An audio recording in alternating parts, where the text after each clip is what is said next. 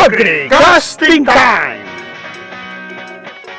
Programang tatalakay sa agribusiness, agri-industry at agrikultura. Hosted by agri-economist Pabs Villegas and Direct Randall Purana. Agri-Casting Time!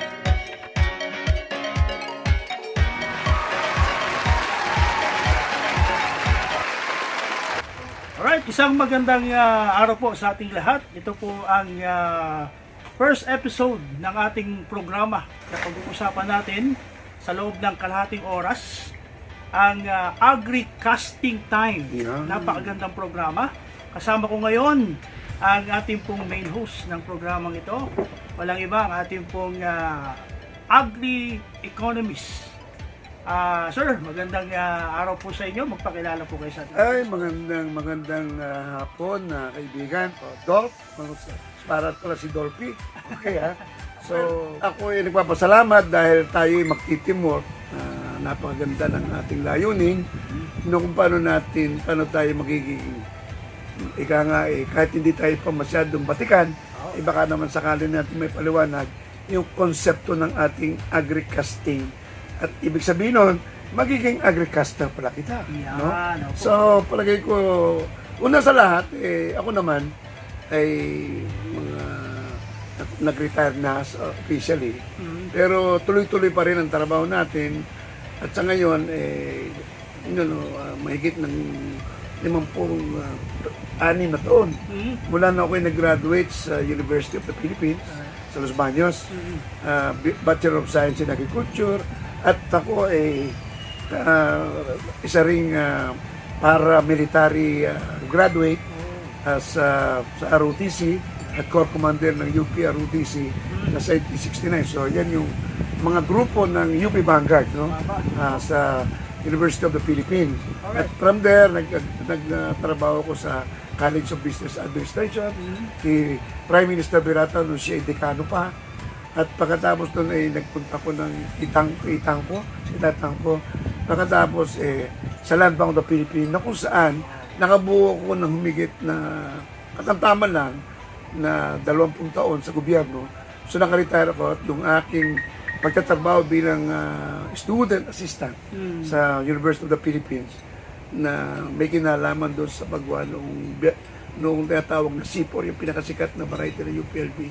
At may parang tumutulong, assisting in the breeding ng mga scientists. Nakatapos ako, nasama yun, kaya yung palang aking serbisyo, naging more than 21 years. Kaya nakaretiro ko sa Los Baños. Sa gobyerno, sa Land Bank of the Philippines, na where ako ay nagretiro isang vice president sa edad na 40. Yun, ibig sabihin talagang napakalawak po ng yung experience para ma-share natin sa ating mga viewers kung ano ba talaga ang purpose, mission and vision ng ating programang Agri-Casting Time. Sa aming pong pagbabalik, ipapaliwanag natin yan, ating hihimay-himayin, kasama po ang ating Agri-Economist na ating pong main host ng ating programa, si Sir Pabs Villegas. Yes, ako naman po ang inyong lingkod, ang inyo pong makakasama sa loob ng ating oras, Direct Randall Purana. Abangan nyo po. Agri-Casting Time! Programang tatalakay sa agribusiness, agri-industry at agrikultura. Hosted by agri-economist Pabs Villegas and Direct Randall Purana. Agri-Casting Time!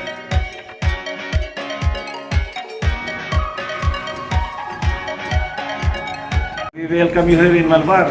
The mayor here is a farmer, full-blooded farmer. So we support agri-casting program, agri-casting time of Kuya Pabs Villegas here in Malvar. Alright, sa ating pong pagbabalik at kayo po ay nakatutok sa programang Agri-Casting Time. Ako po inyong lingkod, Randall Purana, Direct Randall Purana, at kasama ko pa rin ang ating pong partner at main host ng programang Agri-Casting Time, ang ating pong Agri-Economist, Pabs Villegas. Sir, pag-usapan natin yung ating pong programa na kung saan ito po ay yung agrikultura.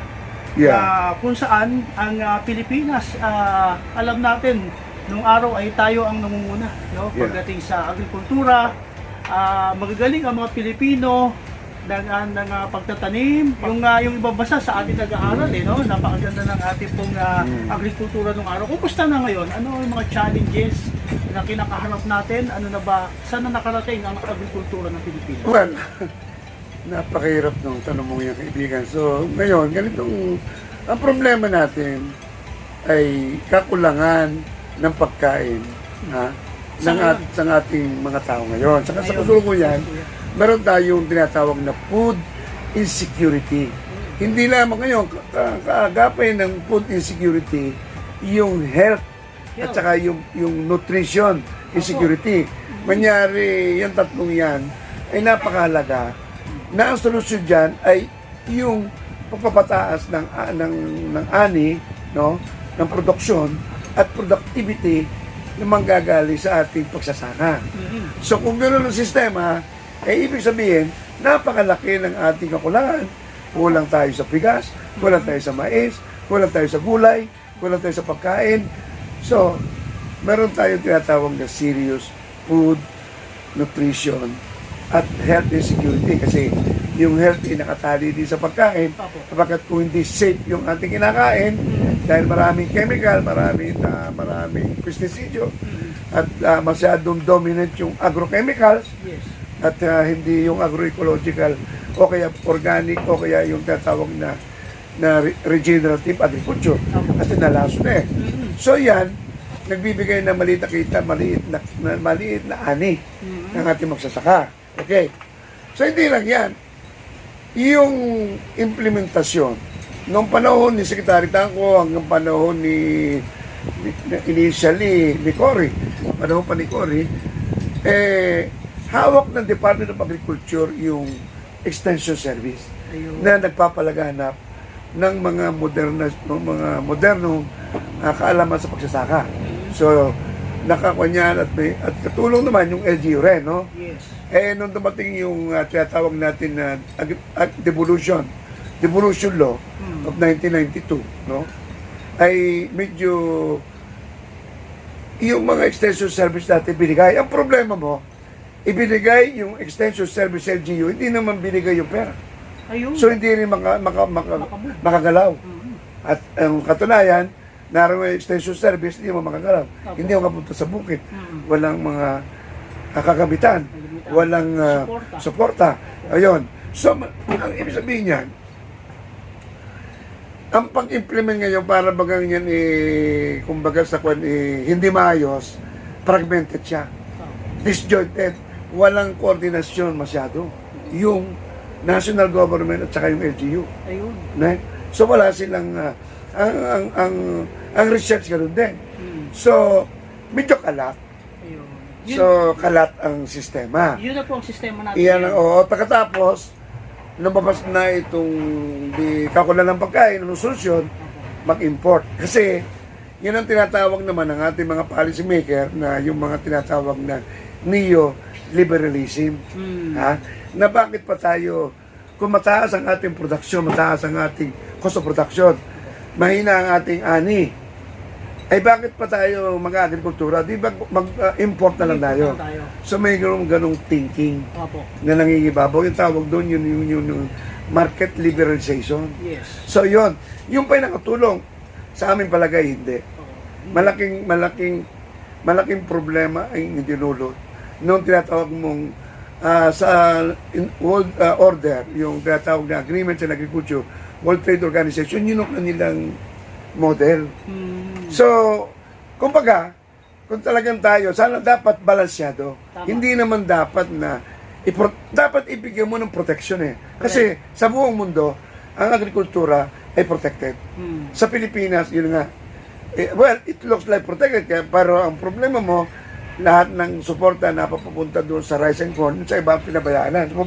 Tama po. Napabayaan yung coconut, napabayaan yung mga abaka, napabayaan yung mga gulayan, yung mga fruits and vegetable, napabayaan yun. So, ang livestock napabayaan. So pero livestock medyo may nasalba dahil na sa private sector participation. Pero nung dumating na nga itong mga imports, pati sila nahirapan na rin. Tama po, oo. So, sa ngayon, ang kalaban mo, may kong tinatawag na hindi lamang ecosystem of corruption, may marami dyan. Allegedly, in the past, napaka-corrupt din ng Agriculture Department in the past. Although ngayon, sabi nila, at nakikita ko rin yung pagbabago. Opo. Dumating na yung mga kartel. Tama. Mga kartel ng pag-import, Opo. kartel ng asukal, kartel ng sibuyas, bawang, bigas, smuggling, Yeah. yung di kartel, na pumapasok ng mga smuggler, Mm. walang hindi nagbabayad ng taripa, so gano'n. At yung industry control, mukhang kontrolado siya ng organized syndicates. Yun lang. Ha? May sindikato. Na nag-exercise nila, yan ang mga tatawag natin na the e-bills of regulatory capture.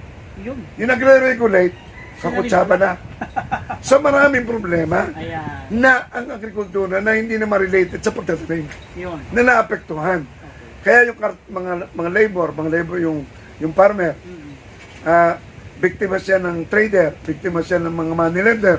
So nagkasama-sama na lahat ng yan na-oppress ang magsasaka, Ayun. na-exploit ang magsasaka, yung industriya na sindikato na. Ayun. So, ano mangyayari sa agrikultura? Sa kabuuan, Oo. ang agrikultura po natin ngayon ay parang tinatawag na malnourished.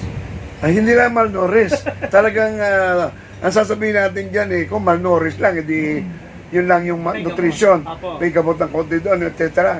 At ang gamot nga ay hindi mo rin may bigay dahil walang kulang nga. Ibig sabihin- Pag import naman, import dependent ka, ay di mga kailangan ka ng maraming pera at saka ikaw ay nag-i-import ng mga bigas o mais o kaya ay ng sugar na pinuproduce ng ating magsasaka na nalulugi naman sila. Ayun. Oh. Hindi sila makakompete. ibig So, ang sabihin- proteksyon ng agrikultura ay malabo. Ayun. Ibig sabihin, hindi lang ito malnourished, may cancer. May cancer May na. cancer. So, yeah, that is the right word.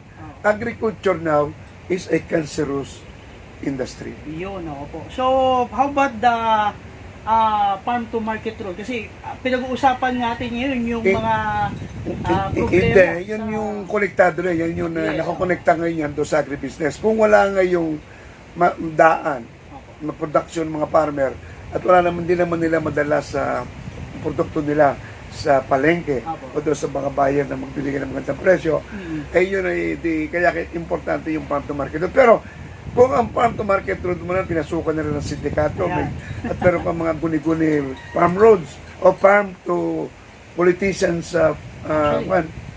farm.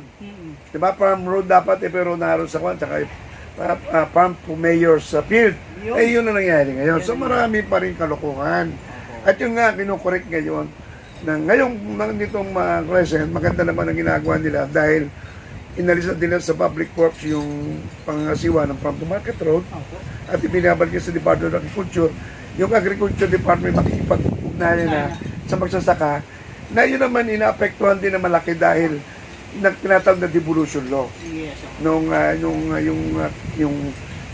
non-devolution law na nawala nga yung sabi ko kanina na ngayon magkakaroon na ngayon ng better partnership sa bagong administration ni Secretary Kiko Laurel. At sabi ni Secretary Laurel, i-download daw niya yung kanyang mga tao na nariyan sa region, nasa may head office, para magkakaroon ngayon ng tinatawag na partnership. Kasi ang agrikultura kasi ganito.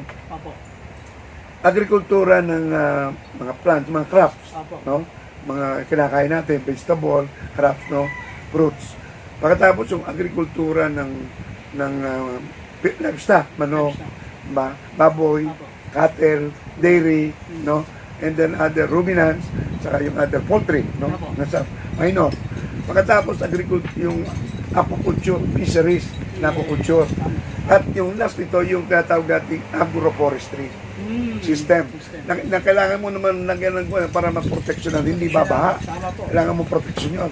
Protection forest through the planting ng forest species at saka agricultural trees, mga trees, no? So, yun po yung agroforestation mo. So, yun yung agrikultura na tinatawag. Pero paano natin mapapalaki ang produksyon, mapapalaki yung productivity per unit. Opo. Bawa, bigas, palay. Mm. Ang palay ngayon, nasa 4 tons na, wala pa nga tayo sa 3.5 to 4 tons na. Pero ang technology, kaya mo mag 12 tons. Alright. So, napakalaki nung gap Opo. between what is happening at yung productivity na na-achieve na ng research and development.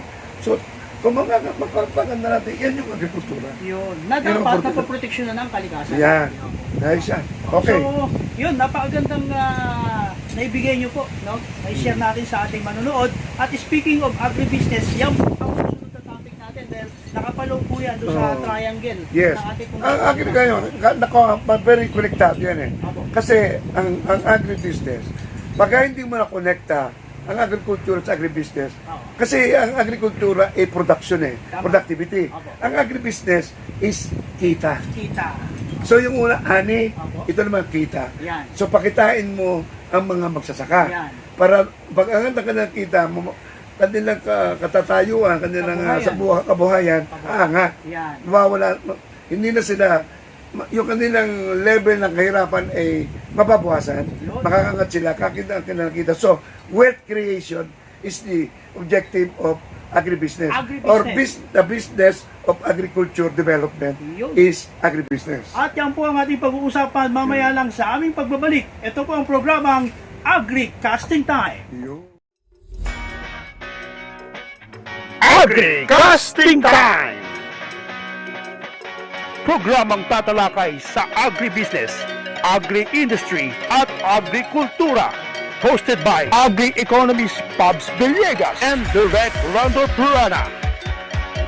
Agri Casting Time!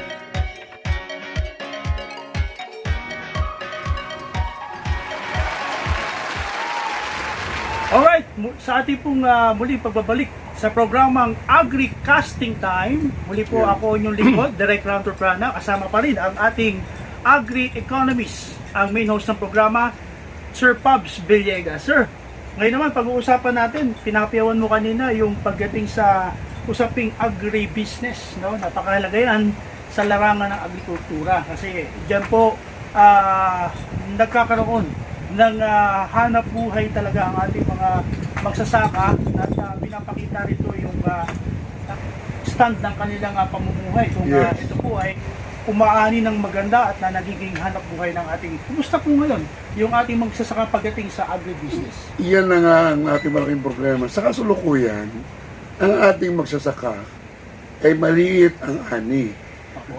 maliit ang kita. Mm. Sila ay biktima ng mga trader, Alright. no? Biktima sila nung mababa mga importation, no? Biktima sila ng mga cartel. So, in short, mga smugglers, no? Smugglers. At saka yung ika nga yung mga lahat ng mga anomalyang pamamalakad sa gobyerno, Isa pa no? yun. Na nakakasakit sa pamumuhay ng mga sasaka, no? Kaya nga, pati nga farm to market na sinasabi mo, eh pinagawa. Ngayon, isa pang malaking problema, kung yung ngayon nakita mo, binabagyo tayo, dapat yung flood control solusyon, na binabaha sila, na-inundate, no? So, pag bumaha sila, so makita mo, kada kalamidad, mga magsasaka ang isa sa mga nasisiraan. At sila lalong lumalala yung kanilang kahirapan. Okay. So, ibig sabihin, ang agrikultura ay apektado rin ng environmental factor, pero assuming na magkakaroon ka ng controlled environment, meron kang irigasyon, meron hindi ka babahin, meron kang crop insurance, or meron kang protection sa magsasaka, no? So, ang kailangan ngayon, paano magninegosyo ang magsasaka? Oo. Paano kung mapalaki nila yung kanilang kita? Tama. Okay. Ang pagninegosyo kasi, ang siyang magiging haligay. So makita mo, ang magsasaka sa Pilipinas ay mahirap.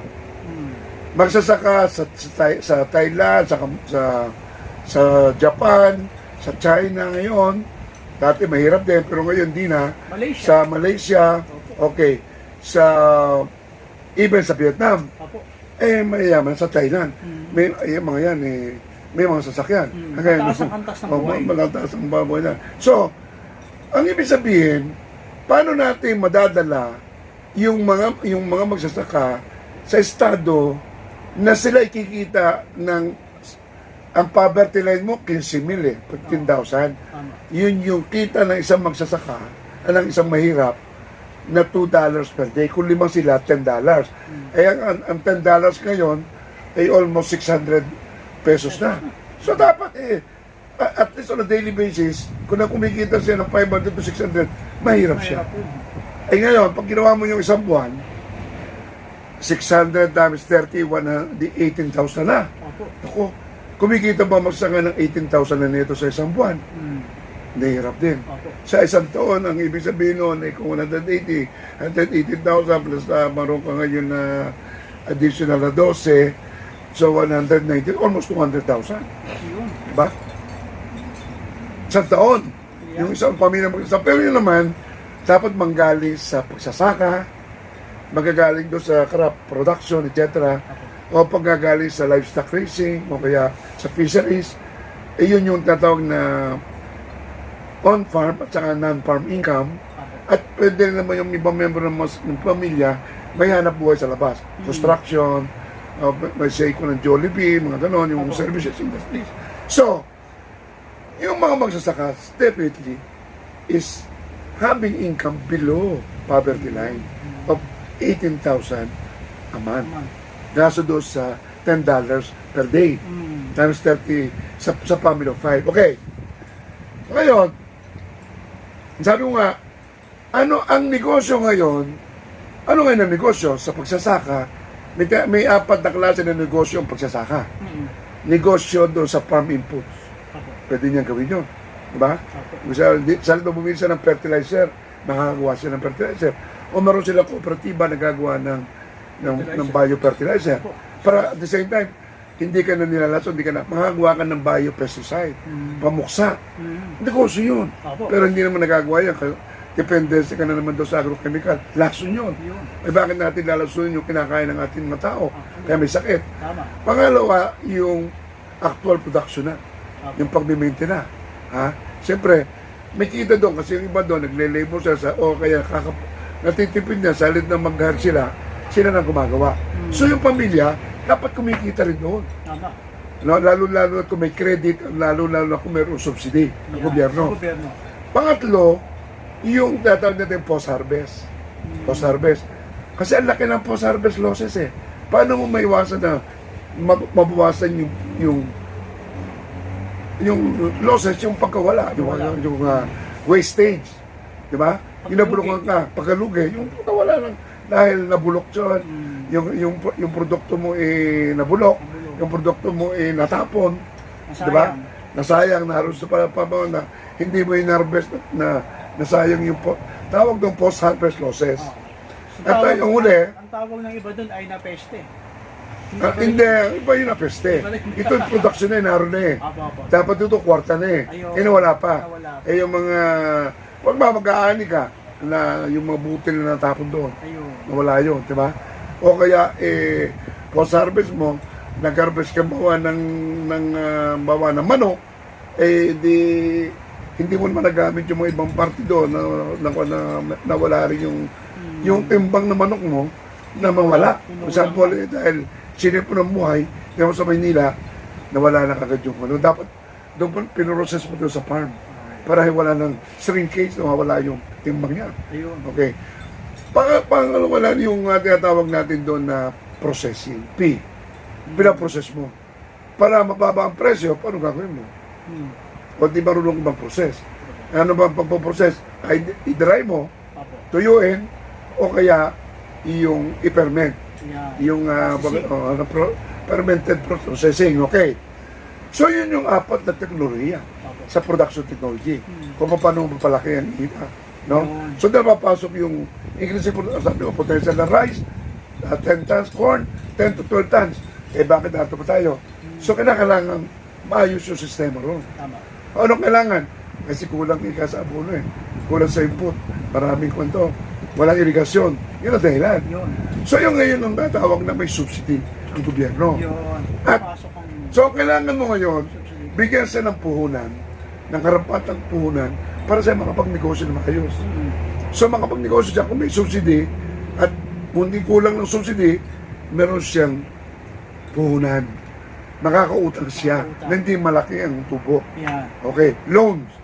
Ngayon, ang problema mo, paano mo pagsamahin yung puhunan at saka yung subsidy na sila sa pangangailangan mo dadating. So, inputs are coming at the right time, at the right quantity, at the right place. Naku, nahirap yun. Hindi naisisynchronize mo, siguraduhin mo na kung kulang, i-augment ng loans, pero may bibigay mo sa kanya at the right time, at the right quantity, at the right adequate, at the right quality, para lumaki yung kita. Yun yung yield gap eh. Opo. Yun ang tinutumbok mo doon sa input, doon sa pre-production side. Yeah. Ilalagay mo muna yung input, wala pang production, diba? Abunuhan mo, kakara-protection ka, lahat yun, negosyo. Tama. Ha? Opo. Pwedeng gawin, dependency ka sa sistema, dependency ka, o kung may kooperatibo sila, magagawa nila yung ba doon. Makagawa sila ng biofertilizer, magagawa sila ng paraan para mapabawasan. O magme-mechanize sila para yung labor, drudgery ng labor. Okay. So yung component yun ng technology nakasama. Pero technology, sabi mo, kailangan nakatali yung teknolohiya mo sa finance, Yeah. sa credit, Tama. sa subsidy. Okay? At the right time, at the right place, at the right quantity, at saka sila ay hindi, kung tinambang ka, dapat tama sa timbang, tama, kung hindi kulang. At saka market. Ayun. Okay, market.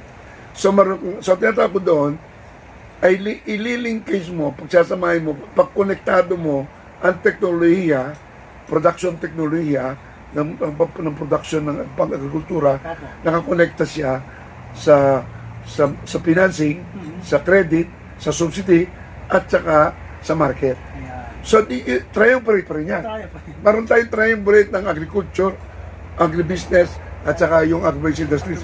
Another triumvirate ito Yes. na kailangan na makakasama. Ay, yan ang problema. Ayun. Wala tayong ganyang sistema. Ayun.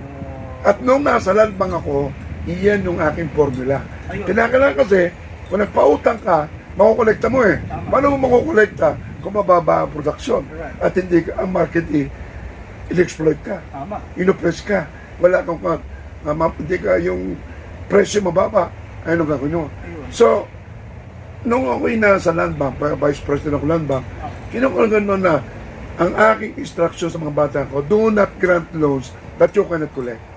Pero tuturuan kita paano mo kolekta. So, yan nakatali yan, itatali mo yung tatlo sistema. Para mataas ang production, malaki ang kita dahil maganda market, Yeah. at mababa ang cost sa production mo. Ayun. Yun ang formula. Okay. So, ibig sabihin, pagdating mo naman ng dikita, 30 mil, yung paano pagsamahin, so, yung subsidy at saka credit, dapat kasama. So, dapat sila intertwine. Hindi nangyayari yun ngayon. Sa ngayon. Sa ngayon. Tsaka, meron kang direct marketing. Ito na ngayon papasok yung batas ng sakip-saka. Yeah. Ayun. Sakip-saka, ang sakip-saka, tama nga, kasama doon sa pagpipinance ng inputs mo. Opo. Ng inputs, pagbibigay ng credit, pagbibigay ng tulong sa mechanization. Opo. Kasama lahat yun. Pagbibigay ng bini, etc. Pero dapat, kung tumatakbo yung credit system, magiging viable na yun eh. Tama. Kung naroon extension service, Yes. naroon yung technology, isasalpak mo lang dyan, para ka nasa makina, at sila ay mayroong malakas na organisasyon, cooperative, farmers and fisher folks cooperatives association Yun. or association. Tatlo yun. Pwede silang kooperatiba ng CDA, pwede silang nakarehistro sa Securities and Exchange Commission Kasi. at sa SEC, o pwede sila nakatali sa DOLE, yung workers and farmers. Tama. Ano.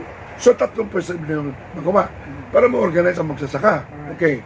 So, sa market, direct marketing, ang dali sa Kablaculo, hindi na kailangan mag-bidding ang kooperatiba o magsasaka kung magsusupply ka sa gobyerno. Alright. Tama. So, Kaya lang, magkakaroon ng tinatawag lang na canvas. Ano pinakamaganda? Siyempre, ayaw naman natin na magdidiktahan doon, magkakutsaban doon, magkakaroon naman problema. So, may mga control din na kakampasin mo, maganda, pero ang importante, binibili mo ang yan sa tamang presyo. Sa tamang presyo. At sa tamang Nakadirect nakadirekta ka sa end users o consumers. Okay. So na ngayon napapasok ngayon, yan ang ngayon ang negosyo. Paano mo patakbuhin ngayon ang negosyo ng pagsasaka? Alright. Paano mo gagawin ngayon negosyante ang mga magsasaka kung hindi man sa diretsyo sa pamamagitan ng kanilang kooperatiba o kanilang business organization o business group. Tama. So yung pagsasaka ngayon ay magiging agribusiness kung yung business ng pagsasaka ay magiging isang negosyo. Ayun, no. Yun ang agribusiness. Yun ang agribusiness. Okay. Sa ngayon, merong tulong ang gobyerno yung sa GIPSAKA. Yeah, sakit na. Pero yun marami dyan, mga meron tayong sinasabi, pero kulang. They are not coming on time, at the right quantity, right quality. Delayed dahil nung una may mga bidding, ang dami niya, may bidding-biddingan, or mga substandard, napasok na rin dyan nung una. Pero sa pamahala ngayon, ni Kalihim, Francisco Chu, mukhang nabibigyan nila ng solusyon yan. Magandang solusyon. At yun ang nga sinasabi ko rin kay Secretary, kasi nakukonsulta rin kami eh. Kami sa Philippine Chamber of Agriculture and Food, lagi kami may dialogue kay Secretary. Nabibigyan namin siya ng mga inputs, mga advice, no? Na nanggagaling mo sa amin, sa aming mga practitioner. Eh, nakaputihan ko kasi ako, hindi naman ako economist lang. Alright. Ako ay negosyante magsasaka. Ayun ang maganda ron. Di ba? Tinutulungan ko yung mga marunong kooperatiba. Kaya hindi ako nakatin nyo ngayon dahil meron tayong casting. So, pagtuloy meeting ng aming kooperatiba ron. Kasi bukas, yun ang pag-meeting namin kung paano matutulungan yung aming magsasaka dito sa Magbang. Alright. Hindi ko na makilala si Dr. Lante, yung chairman naro kanina. Ayun. Okay. So, yun yung negosyo sa pagsasaka. Ayan. Hindi maganda, kung maganda, may tatali mo ang teknolohiya, ng produksyon sa finance, na pwede yung finance, pwedeng credit, pwedeng subsidy, or pwedeng in-kind. At sa pangatlo, direct market. Wala nang middleman. Wala nang trader. Napakaganda. Yun ang kailangan na magawa. Yes. Hindi nagagawa ngayon, kaya may problema. Tama po. Pero kung magagawa yun, mababawasan yung problema. At siguradong kikita, anong epekto noon? Mababawas ang cost of production, Alright. mapapataas ang kanilang ani, at pagkatapos yung kanilang market, rekta na, hindi na discounted ang presyo. Napaganda po ng ating topic ngayon, pero dahil sa maikli ating oras, itutuloy-tuloy natin sa mga susunod na araw at idadisik pa natin kung paano natin matutulungan ang mga regular na magsasaka at may connect natin sa gobyerno, no? Yung tinatawag na subsidy at saka yung loan na yan. Maganda pag-usapan yan para sa ating magsasaka. Susunod na pagbabalik natin, pag-usapan naman natin ang agro industry. Napakahalaga rin yan sa component ng ating programa. Sa aming pong pagbabalik, ito po ang Agri Casting Time. Agri Casting Time! Programang tatalakay sa agribusiness, agri-industry at agrikultura. Hosted by agri-economist Pabs Villegas and Direct Randall Purana. Agri Casting Time!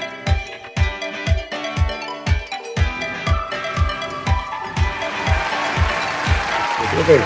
So, partner, pag-usapan naman natin itong isa sa mga component ng ating programa, yung tinatawag na agro-based agro-industry. Ano ba ang kahalagahan nito sa pagpa-farm, no, ng ating mga farmers at ano yung malaking factor para ito ay pagyamanin ng ating mga farmers? Mas madugo na naman yung tanong mo, pero simple, sa madaling salita, una natin doon sa yung agriculture, yung pagsasaka. Pangalawa natin talaga yung agribusiness. Pangatlo, ito tripod natin, component ng ating tripod, ay yung tinatawag nating agro-based enterprise and industry system, no? Ayun, may enterprise pala, yan, no? Tama, enterprise, no? Actually, so that the effects, the impact of agribusiness will be considered, will be easily tied up with the industry development. Right. Okay. So ang ibig sabihin nito, our task now on the agro-based industrialization is the how to create a manufacturing based agro-industrial system. Manufacturing, processing. Okay. Paano ka magkaroon ng value added doon sa mga enterprise na ating inaalagaan? Crop enterprise, poultry, livestock enterprise, fishery enterprise, agroforestry enterprise. Yun ang mga enterprises. Pero pag kumamon, yung agrupation noon, magiging industriya yun. Yun ang industry.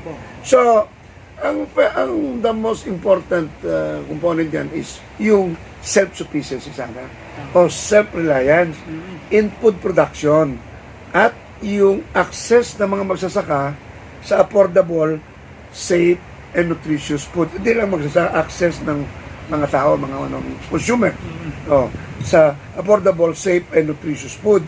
At yun din ang magdidikta kung magkakaroon ka ng surplus for as raw material, source ng raw material mo for agro-processing and manufacturing. Ayan. Okay.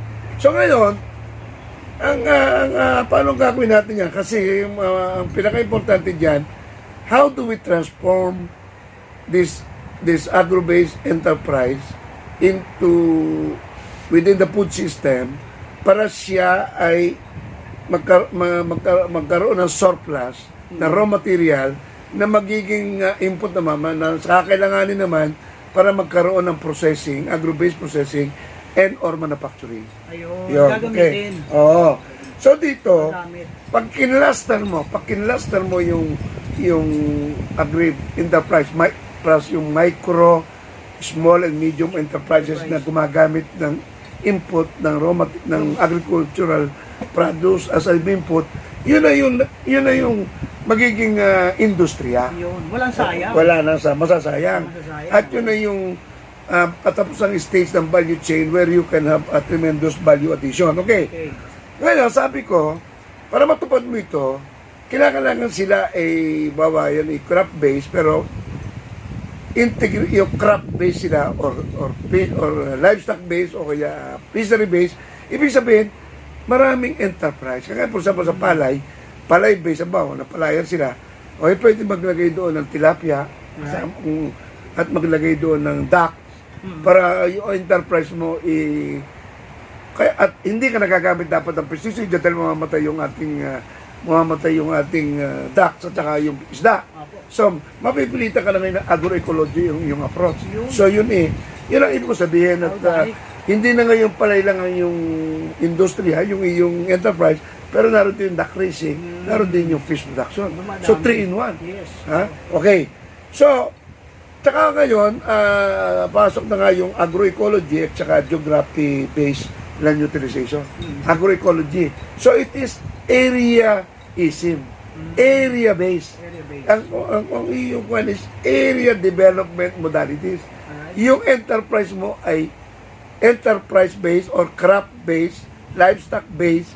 So, marami, o kaya ay fishery-based or agroforestry-based, marami siyang component enterprise na makakasama niya. So, yun ang dynamics ng area development planning. Okay. So, magsisip tayo ngayon, yung kanina ngayon is single commodity, monoculture. Hindi monoculture, kundi multiculture Na. within a particular commodity. Kanina, okay? Oo. So, dito na papasok din on how do you cluster them. Maraming mga producers, naka-cluster sila.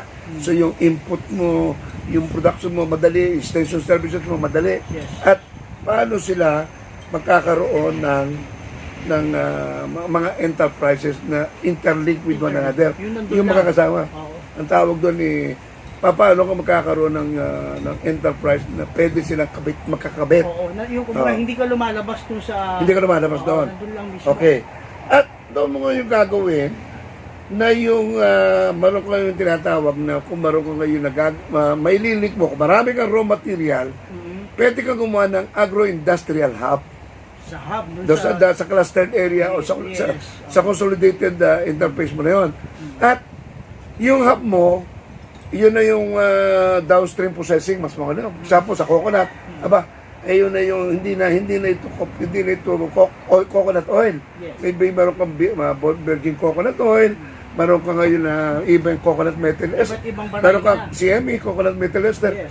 Yun yung gagawin dahil yung may high value processing na yun. Opo. Yun ang lalagay mo sa hub. Okay. Pero yung basic na oil production na pwede nang gawin yun sa communities, yung mga paggawa ng paggamit ng bao, paggamit ng mga tinatawag nating